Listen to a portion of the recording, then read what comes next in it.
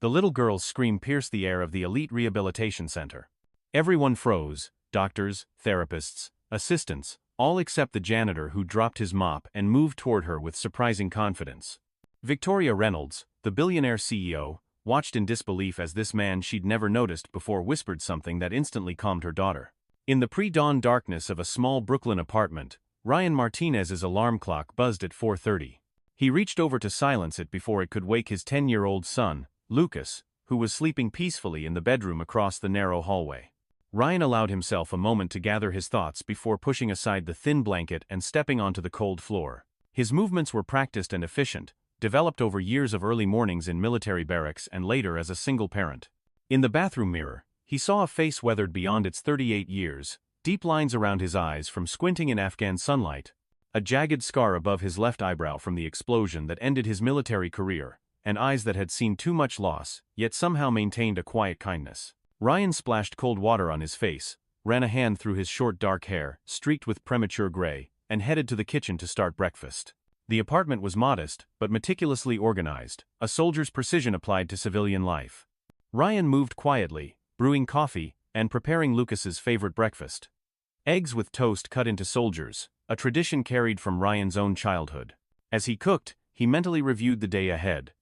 Drop Lucas at school by 7:15, arrive at Reynolds Innovations by 8, clean the executive floor before the corporate staff arrived at 9, break for lunch at 1 to call and check on Lucas, finish the lower floors by 5, pick up Lucas from after-school program by 5:30, homework, dinner, and if there was time, work on the physical therapy exercises Lucas needed for his mild scoliosis. It was a tight schedule that left little room for error or rest. But Ryan had managed worse conditions in combat. At least here, the stakes weren't life or death, just the relentless fight to give his son a better life than his own. Lucas appeared in the kitchen doorway, rubbing sleep from his eyes, his dark hair sticking up at odd angles.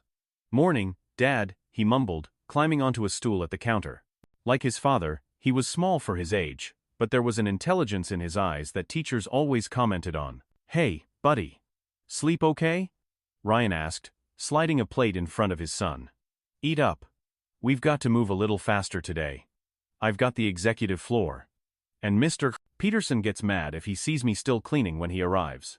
20 miles away, in a penthouse overlooking Central Park, Victoria Reynolds stood at her floor-to-ceiling window, cradling a cup of black coffee, and watching the city awaken beneath her. At 40, Victoria was at the height of her power as CEO of Reynolds Innovations, the medical technology company her father had founded and she had transformed into a billion-dollar enterprise.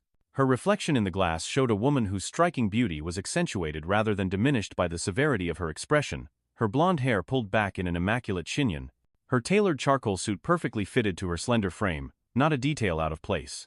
The only softness in her appearance came from the slight redness around her blue eyes, evidence of another night with too little sleep. "Miss Reynolds?"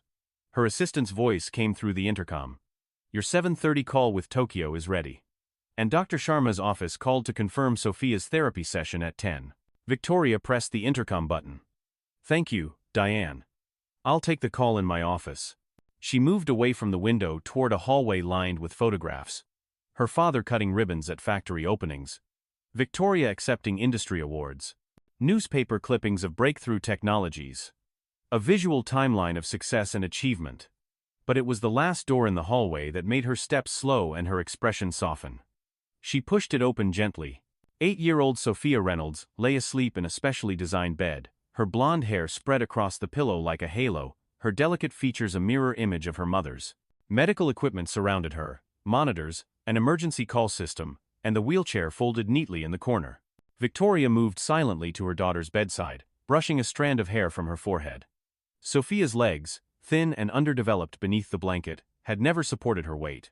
Born with a rare neurological condition, doctors had told Victoria that her daughter would likely never walk. It was the one problem that Victoria Reynolds, with all her money, power, and determination, had been unable to solve. "Good morning, my love," Victoria whispered as Sophia's eyes fluttered open. "Nurse Emily will be here soon to help you get ready. You have therapy this morning, and then perhaps we can have lunch together?" It was an offer she made often and had to cancel more than she cared to admit. The guilt of it gnawed at her daily. Sophia's smile was radiant despite the circumstances of her life. "Can we have pizza?" she asked hopefully. Victoria checked her watch, Board meeting at 11:30, investor call at 1. We'll see, she said, the non-committal answer of busy parents everywhere. She leaned down to kiss her daughter's forehead, inhaling the scent of baby shampoo and innocence. I love you more than anything in the world, she whispered, meaning it with every fiber of her being. Love you too, Mom, Sophia replied, already reaching for the tablet that connected her to a world beyond her physical limitations. Victoria straightened, composed herself, and stepped back into her role as CEO. By the time she reached her private elevator, her face had resumed its mask of cool efficiency. No one at Reynolds Innovations would see the weight she carried, the fear that haunted her, or the moments of doubt that came in the darkness when she questioned if her single-minded focus on her company was really the best way to help her daughter. The elevator doors closed on a woman divided. Half of her already addressing complex business problems. The other half lingering in a sunlit bedroom with a child who deserved more of her time than she knew how to give. At Reynolds Innovations headquarters, Ryan moved efficiently through the executive floor, emptying trash cans, vacuuming carpets, and wiping down surfaces. He had learned to make himself invisible in this environment. Eyes down, movements quiet, presence forgotten as soon as he left a room. The executives walked past him as if he were part of the furniture, their conversations continuing unfiltered in his presence. He had grown accustomed to this invisibility. In some ways, it reminded him of reconnaissance missions. Present but unseen, gathering information without engagement. The elevator chimed, and Ryan instinctively stepped back against the wall as Victoria Reynolds emerged, surrounded by an entourage of assistants and executives who moved in her wake like planets orbiting a sun. Ryan had seen her many times before, but always from a distance. Up close, he was struck by the intensity of her focus and the weight of authority she carried effortlessly.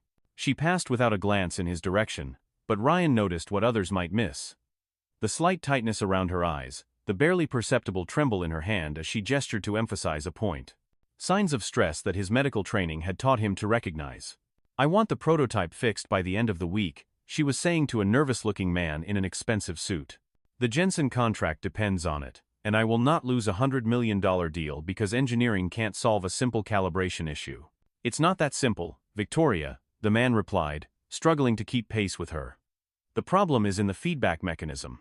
When the device registers too much resistance, it's triggering a shutdown instead of adjusting the pressure. Then fix it, she said, as they disappeared around a corner, her voice carrying the unquestionable expectation of obedience. Ryan returned to his cleaning, but his mind lingered on the conversation. He had worked with similar mechanical issues during his time as a combat medic, adjusting pressure sensors on field medical equipment. The problem sounded familiar, a calibration issue that was likely simpler than they were making it out to be. But such thoughts were useless to him now. His job was to clean floors, not fix million-dollar prototypes. Later that morning, Ryan was emptying trash cans near the executive restrooms when the elevator opened again. This time, it was Victoria alone, her composure fractured, her breathing shallow. She didn't notice him as she pushed through the restroom door, but Ryan heard the unmistakable sound of stifled tears from within. He hesitated, uncomfortable at being witness to such a private moment of vulnerability from someone so powerful. After a moment's deliberation, he quietly moved his cart further down the hall, giving her the privacy her position rarely afforded her. When Victoria emerged 10 minutes later, her mask was firmly back in place, makeup refreshed, expression controlled, armor intact. She walked past Ryan without seeing him, her phone already at her ear as she stepped back into her public role. But Ryan had seen beneath the armor, if only for a moment, and recognized something familiar, the isolation of carrying burdens alone. The Elite Rehabilitation Center occupied the top floor of a medical building owned by Reynolds Innovations. It was here, 3 times a week, that Sophia Reynolds underwent physical therapy sessions that promised incremental improvements, but had yet to deliver the miracle Victoria desperately sought. Ryan had been assigned to clean this floor for the past month, usually in the evenings after the center had closed. Today, however, a scheduling conflict had placed him there during Sophia's session. Ryan was mopping the corridor outside the therapy rooms when he heard raised voices from within one of them. Glancing through the glass panel in the door, he saw Sophia on a therapy table, tears streaming down her face, surrounded by specialists in white coats, and Victoria standing slightly apart, her arms crossed tightly across her chest. It hurts too much. Sophia was crying. Please. I want to stop. Miss Reynolds, perhaps we should try again another day, one of the therapists suggested. When she's in this state, forcing the issue might cause. She needs to push through it, Victoria interrupted, her voice strained. Dr. Krishnan said consistency is key, even when it's difficult. Ryan watched the scene unfold, recognizing the emotional complexity playing out. Victoria wasn't being cruel, he could see the anguish behind her insistence. She was fighting for her daughter's future with the only weapons she knew: determination and refusal to accept defeat. But he could also see it wasn't working. The child was in genuine distress, and the physical tension would only make the therapy less effective. Without thinking through the consequences, Ryan knocked on the door and entered. The room fell silent as all eyes turned to him. "Excuse me," he said quietly. "I can come back later if—" "Who are you?" Victoria demanded, clearly annoyed at the interruption. "Ryan Martinez, ma'am. Custodial services." He hesitated, then added, "I was a combat medic before. I've worked with trauma patients and pain management." Victoria's expression shifted from annoyance to surprise, then back to guarded irritation. "This is a private session, Mr. Martinez." Ryan was about to apologize and leave when Sophia let out another sob. Something in him couldn't walk away. "May I?" he asked, gesturing towards Sophia. Sometimes a different approach helps. After a long moment of consideration, Victoria gave a curt nod. Ryan set down his mop and approached Sophia slowly, kneeling to bring himself to her eye level. "Hey there," he said gently. "My name's Ryan. What's yours?" "Sophia," she answered between sniffles. "Nice to meet you, Sophia. You know, I have a son about your age. His name is Lucas. He has to do exercises too, and sometimes they hurt." Ryan's voice was calm, conversational. "Can I tell you a trick he uses?" Sophia nodded cautiously. "He pretends he's a secret agent on a mission." "The pain? That's just the bad guys trying to stop him. Every time it hurts, that means he's winning against them." Ryan smiled. "Want to try being a secret agent with me?" To everyone's surprise, Sophia's tears subsided, and she nodded. Ryan looked to the therapist, who cautiously proceeded with the exercise. When Sophia winced, Ryan whispered, "The bad guys are getting desperate. They know you're too strong. Show them who's boss." Sophia giggled through her discomfort, and the session continued with notably less distress. Victoria watched in astonishment as this stranger, this janitor, connected with her daughter in a way that specialists with advanced degrees had failed to do. When the session ended, Sophia was smiling, proudly showing Ryan how she had completed her mission. Victoria approached as Ryan stood to leave. "Mr. Martinez," she said, her voice carefully neutral. "Thank you for your assistance." Ryan nodded respectfully. "She's a brave kid. Reminds me of my Lucas." He picked up his mop and started to return to his duties. But Victoria's voice stopped him. "How did you know what to do?" Ryan turned back. "In combat medicine, sometimes distraction is the best pain management you've got. Kids respond well to imagination. Makes them feel in control when they're not."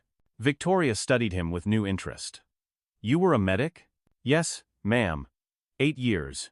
Specialized in field trauma care until—" He gestured vaguely to his leg, which Victoria now noticed had a slight, almost imperceptible limp. "Afghanistan?" Ryan nodded. "IED. Not as bad as some got it, but enough to send me home." For a moment, Victoria seemed about to say something more, but then her phone rang, and the moment passed. "I need to take this," she said, already turning away. "Thank you again." Ryan returned to his work, aware that something had shifted, however slightly. For the first time since he'd started working at Reynolds Innovations, Victoria Reynolds had actually seen him. The following week brought a crisis to Reynolds Innovations. The prototype medical device, a pressure-responsive pain management system designed for patients with nerve damage, continued to malfunction during testing. Engineers worked overtime, executives held emergency meetings, and tension permeated every floor of the building. Ryan observed the increasing stress as he went about his duties, hearing fragments of conversations that painted a clear picture. The Jensen contract was in jeopardy, and with it, possibly the company's financial stability. Late one evening, as Ryan cleaned the engineering lab after hours, he found himself examining the prototype left on a workbench. The device resembled a sophisticated brace, designed to deliver precisely calibrated pressure to specific nerve points while monitoring pain response and adjusting automatically. Ryan recognized the basic principles from military medical technology he had used in the field. After ensuring he was alone, Ryan carefully inspected the device, turning it over in his hands. The problem, from what he had overheard, was in the calibration between the pressure sensors and the feedback mechanism. The device either applied too much pressure or shut down entirely when resistance was detected. As he examined the control panel, Ryan identified what appeared to be a familiar issue. The threshold settings were configured for a linear response, but nerve pain typically followed a logarithmic pattern. It was a mistake he had seen before in field equipment. Ryan hesitated, then found a notepad on the desk. He quickly sketched a modified circuit diagram, added notes about recalibrating the threshold algorithm, and wrote, "Consider logarithmic response curve, instead of linear. Nerve pain doesn't increase proportionally." He signed it simply, "Just an idea, RM," and left it beside the prototype before finishing his cleaning and leaving the lab.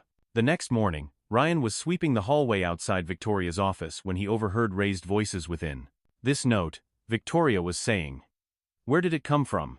"We don't know," a male voice responded. Dr. Chen, the head engineer, Ryan recognized. "It was found with the prototype this morning. And you've tried this adjustment?" "Yes. It works. The calibration issue is resolved. Whoever wrote this understood exactly what was wrong." Ryan continued sweeping, careful to maintain his usual invisible presence. "Find out who RM is," Victoria ordered. "I want to know how someone outside the engineering team solved a problem my highest-paid experts couldn't fix for weeks." Later that day, Ryan was called to Victoria's office. He entered uncertainly, standing at attention from habit, his eyes fixed on a point just above her head. "Mr. Martinez," Victoria said, studying him from behind her desk.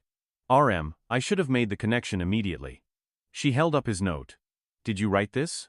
"Yes, ma'am," Ryan answered, preparing himself for accusations of tampering or overstepping boundaries. "You understood what was wrong with a medical device that has stumped my engineering team for nearly a month? It was similar to equipment I worked with in Afghanistan, ma'am. The principles are the same, even if the application is more sophisticated." Victoria leaned back in her chair, her expression unreadable. "Why are you working as a janitor, Mr. Martinez, if you have these skills?" Ryan shifted uncomfortably. "Limited options with my injury, ma'am. And as a single father, I needed stable hours more than career advancement. Custodial work lets me be there for my son." Victoria nodded slowly, as if pieces of a puzzle were falling into place. "Your son, Lucas, wasn't it? The one you mentioned to Sophia?" "Yes, ma'am. Tell me about him."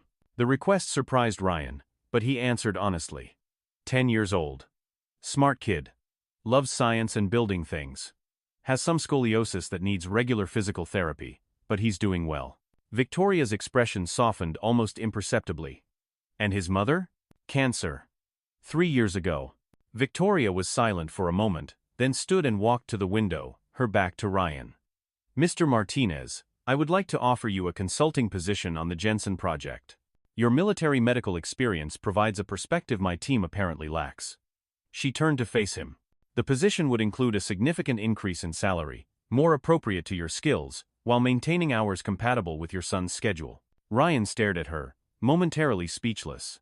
"Miss Reynolds, I appreciate the offer, but I don't have the credentials your investors would expect. Results matter more than credentials. Mr. Martinez. You solved in one evening what my credentialed team couldn't solve in weeks." She returned to her desk and sat down. "Consider it, at least.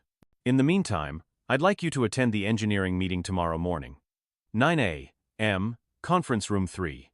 Ryan left Victoria's office in a daze, barely registering the curious glances from executives who had never noticed him before. The opportunity was unexpected and potentially life-changing. A chance to use his skills again, to provide better for Lucas, to step out of invisibility. Yet he felt a twinge of apprehension. The corporate world was far removed from his experience, and he wondered if Victoria's offer stemmed from genuine recognition of his abilities, or merely desperation to save the Jensen contract. The following morning found Ryan in Conference Room 3, uncomfortably aware of his janitorial uniform among the suits and lab coats of the engineering team. He sat quietly at the back of the room until Victoria entered and, to everyone's surprise, called him forward. "This is Ryan Martinez," she announced to the puzzled gathering. He identified the calibration issue with the prototype. "Mr. Martinez will be consulting on the project moving forward." The room filled with murmurs of confusion and disbelief. Dr. Chen looked particularly affronted. "With all due respect, Victoria, this is highly irregular. Mr. Martinez is not qualified. Mr. Martinez has 8 years of experience with similar technology in combat settings," Victoria interrupted coolly. "His solution works. That's the only qualification I'm concerned with at the moment." Ryan spent the next hour explaining his insights to a skeptical engineering team. He spoke the language of practical application rather than theoretical design, describing how the equipment responded in real-world conditions and why a logarithmic response curve would better mimic the body's natural pain threshold variations. Gradually, the engineers' expressions shifted from doubt to reluctant interest, then to genuine engagement as they recognized the value of his perspective. After the meeting, Victoria approached Ryan in the hallway. "You handled that well," she said. "They're not easy to impress." "Thank you for the opportunity, Miss Reynolds," Ryan replied. "I've decided to accept your offer, if it still stands." Victoria nodded. "Good. HR will contact you with details." She hesitated, then added, "Sophia has been asking about you." "About Lucas, actually. She seems quite taken with the idea of a friend who understands her challenges." Ryan smiled. "Lucas has been curious about her too, since I mentioned helping a girl his age. He doesn't have many friends who understand what it's like to need therapy." Victoria seemed to consider something, then said, "Perhaps they could meet sometime." "Sophia has few opportunities for friendships outside of controlled environments." "Lucas would like that," Ryan replied, surprised by the suggestion. Victoria checked her watch. "I have another meeting. We'll discuss this further." She started to walk away, then paused. "And Mr. Martinez? You won't be needing that uniform anymore." The transformation in Ryan's life over the next few weeks was dramatic. He moved from custodial work to a respected position on the engineering team, his practical experience complementing the theoretical knowledge of the other engineers. The Jensen prototype was successfully recalibrated and passed all testing phases, securing the $100 million contract that had been in jeopardy. Ryan's salary increased substantially, allowing him to move Lucas to a better apartment closer to school and to a specialist who had been previously beyond their financial reach. But perhaps the most meaningful change came through the unexpected friendship that developed between Lucas and Sophia. What began as a supervised playdate arranged by Victoria, who had approached it with the same meticulous planning she applied to corporate mergers, blossomed into a genuine connection between two children who understood each other's struggles. Lucas showed Sophia his collection of science experiments and taught her card tricks he had learned during his own hospital stays. Sophia introduced Lucas to her virtual reality games, specially designed for children with mobility issues. Ryan observed a change in Victoria as well. In Sophia's company, she softened, her laughter coming more easily, her attention fully present rather than divided between her daughter and the constant demands of her phone. When Lucas demonstrated some of the physical therapy exercises his father had adapted into games, Victoria watched with an intensity that spoke of more than casual interest. "These exercises," she said to Ryan as they sat watching the children, "they're different from what Sophia's therapists prescribe." Ryan nodded. "They're based on the same principles but modified to engage the mind as well as the body. Distraction through play makes the body more receptive to movement." Victoria considered this.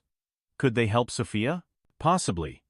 Every case is different, but the mind-body connection is powerful.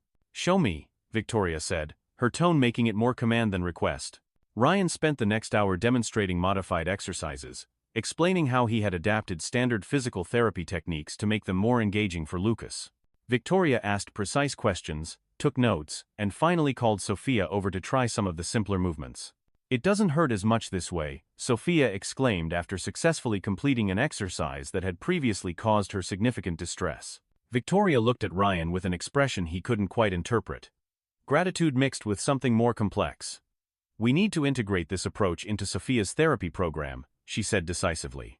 Over the following weeks, Ryan found himself increasingly involved in Sophia's care, consulting with her medical team to incorporate his methods into her treatment plan. The initial results were modest but promising. Improved circulation in her legs, increased strength in her core muscles, and most significantly, reduced pain during therapy sessions. Victoria attended whenever her schedule permitted, observing with the same analytical focus she brought to board meetings, but with an underlying emotional investment that was palpable to everyone present. It was during one such session that Dr. Sharma, Sophia's neurologist, pulled Victoria and Ryan aside. "There's something interesting in Sophia's latest neural response tests," he said cautiously. "The modified exercises seem to be stimulating nerve pathways we previously thought were inactive." Victoria's grip on her tablet tightened. "What does that mean, exactly?" Dr. Sharma chose his words carefully. "I don't want to create false hope, but there are indications that with continued stimulation, Sophia might develop more function than we originally projected." "Are you saying she might walk?" Victoria asked, her voice barely above a whisper. "I'm saying it's less impossible than we thought," Dr. Sharma replied. The combination of our traditional therapy with Mr. Martinez's approach is yielding unexpected results. Victoria maintained her composure until Dr. Sharma left, then turned to Ryan with tears threatening at the corners of her eyes. If this works, if she even takes a single step, one day at a time, Ryan said gently. Small victories. Victoria nodded, composing herself with visible effort. Yes. Of course. She glanced at her watch. I have a board meeting in 30 minutes. Will you stay with her until the session ends? Of course, Ryan assured her. As Victoria gathered her things to leave, she paused. Thank you, Ryan. Not just for today. It was the first time she had used his first name, and the subtle shift didn't escape his notice. You're welcome, Victoria. The Jensen contract presentation was scheduled for the following week. A critical demonstration for investors and medical industry representatives. Victoria insisted that Ryan participate, despite his protests about lacking the right credentials or presentation experience. You're the reason this project succeeded, she told him firmly. Your presence adds authenticity to our claims. The morning of the presentation, Ryan stood before his bathroom mirror, adjusting the tie of a new suit Victoria had insisted on having tailored for him. He barely recognized himself. The janitor transformed into something resembling an executive. Lucas sat on the edge of the bathtub, watching his father with undisguised pride. You look like a superhero in disguise, Dad, he said, grinning.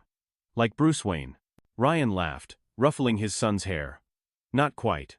More like Alfred who got promoted. At Reynolds Innovations, the presentation room was filled with investors and medical technology experts. Ryan sat beside Victoria at the front, listening as she outlined the Jensen project, with her characteristic precision and confidence. When she introduced Ryan as the key innovator whose combat medical experience provided the breakthrough we needed, he felt a surreal disconnect between his past life and this moment. Standing before the assembled group, Ryan explained in simple, practical terms how the device worked and why it represented an advance over existing pain management technology. He drew on his field experience to illustrate the real-world applications, describing how such a device could have helped wounded soldiers he had treated. His lack of technical jargon, initially a source of self-consciousness, proved to be an asset. The investors responded to his authentic, experience-based perspective with enthusiasm that surprised even Victoria. The feedback mechanism doesn't just respond to pain, Ryan explained, it anticipates it based on muscle tension patterns. In combat medicine, we learn to watch for these precursors. This device does the same thing, but with precision no human could match. After the presentation, which was met with overwhelming approval and commitments for additional funding, Victoria and Ryan stood in her office, both processing the success. That went better than expected, Victoria said, a rare smile softening her features. The suit helped, Ryan joked, tugging at his collar. Victoria laughed, a genuine sound that Ryan realized he had rarely heard from her. The suit didn't hurt, but it was your authenticity they responded to. Sometimes I forget how powerful that can be in a world of corporate polish. There was a moment of silence between them, comfortable, yet charged with something neither was ready to name. Sophia has her major evaluation tomorrow, Victoria said finally. Dr. Sharma wants to assess her progress formally. Lucas and I will be there, Ryan promised. He's been practicing new games to show her. Victoria nodded, then hesitated before speaking again. Ryan, regardless of tomorrow's results, I want you to know that what you've done for Sophia, for us, goes beyond professional contribution. She's an amazing kid, Ryan said simply. She reminds me so much of Lucas, that same determination to face challenges head-on. They both get that from their fathers, I think. Victoria replied softly. Ryan felt a sudden tightness in his throat at the unexpected compliment. Thank you, he managed. That means a lot coming from you. Victoria looked as if she might say more, but her phone rang, breaking the moment. I should take this, she said, the professional mask sliding back into place. I'll see you tomorrow at the evaluation. The Elite Rehabilitation Center was unusually crowded the next morning.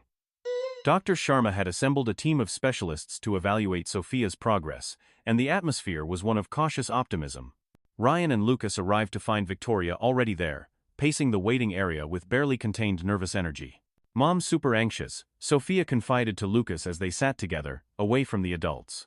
She tries not to show it, but I can tell. My dad gets like that before my checkups too, Lucas replied. He thinks I don't notice, but his left eye always twitches when he's worried. The evaluation began with standard measurements and tests, documenting Sophia's increased strength and improved neural responses. Then came the moment everyone had been waiting for, the assisted standing test. With support bars on either side, Sophia was to attempt to bear weight on her legs for the first time in a meaningful way. Victoria stood rigid with tension, her knuckles white as she gripped the edge of a nearby counter. Ryan moved to stand beside her, offering silent support as Dr. Sharma and his team helped Sophia into position. "Ready, Sophia?" Dr. Sharma asked gently. "Remember, just try to put a little weight on your legs. The bars will support you." Sophia nodded, her face a mask of concentration, identical to her mother's. As she gripped the bars and the supports around her legs were gradually loosened, a collective breath was held throughout the room. For a brief moment, Sophia's legs trembled, but held as she transferred a small portion of her weight onto them.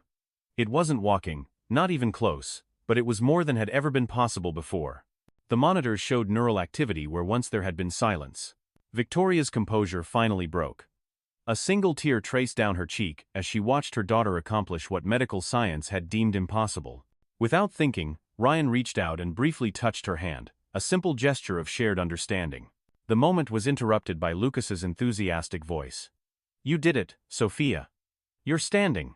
Sophia beamed with pride, holding the position for several more seconds before needing to rest.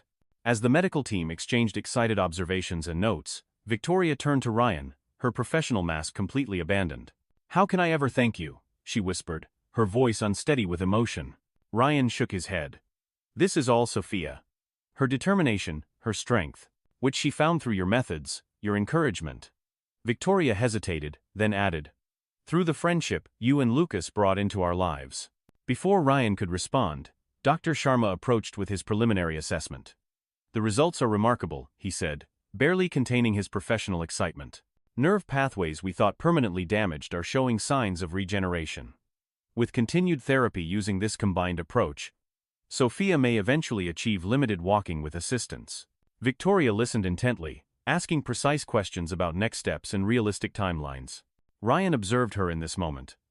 CEO and mother seamlessly integrated, applying her formidable intellect and determination to her daughter's recovery with the same intensity she brought to saving her company. He felt a profound admiration for her strength and an unexpected tenderness for the vulnerability she had allowed him to witness. 2 weeks later, Ryan found himself standing in Victoria's expansive penthouse living room, watching as Lucas and Sophia sat on the floor, engrossed in building an elaborate structure from magnetic tiles. It was the first time Victoria had invited them to her home. A significant boundary crossed in their evolving relationship. "They're good for each other," Victoria observed, handing Ryan a cup of coffee as she joined him by the window. "They are," Ryan agreed. "Lucas talks about Sophia constantly. I think she's his first real friend since." He didn't need to finish the sentence. Victoria nodded in understanding. "Sophia too. She's had therapists, tutors, specialists, but never a friend who truly understood her challenges." She watched the children for a moment longer, then turned to Ryan with unexpected directness. "Why didn't you tell anyone about your medical background when you first started working at Reynolds?" Ryan considered the question. Would it have mattered? A janitor with some field medical experience isn't exactly executive material. "You underestimate yourself," Victoria said quietly. "As I underestimated you. We see what we expect to see," Ryan replied without judgment. "I was the guy who emptied your trash and mopped your floors. Why would you look deeper?" Victoria's expression grew contemplative. "Do you know what Sophia said to me about you? She said, 'Ryan sees me, Mom. Not my wheelchair. Just me.'" She paused, her gaze meeting his directly. "I think that's your gift, Ryan. You see people, truly see them, when others don't bother to look." Ryan felt unexpectedly moved by her words. In combat medicine, you learn quickly that rank and status mean nothing when someone's bleeding out. Everyone's equally human in those moments. "I've spent most of my adult life ensuring people see only what I want them to see," Victoria admitted. The capable CEO. The ruthless negotiator. The woman who never falters or shows weakness. "And now?"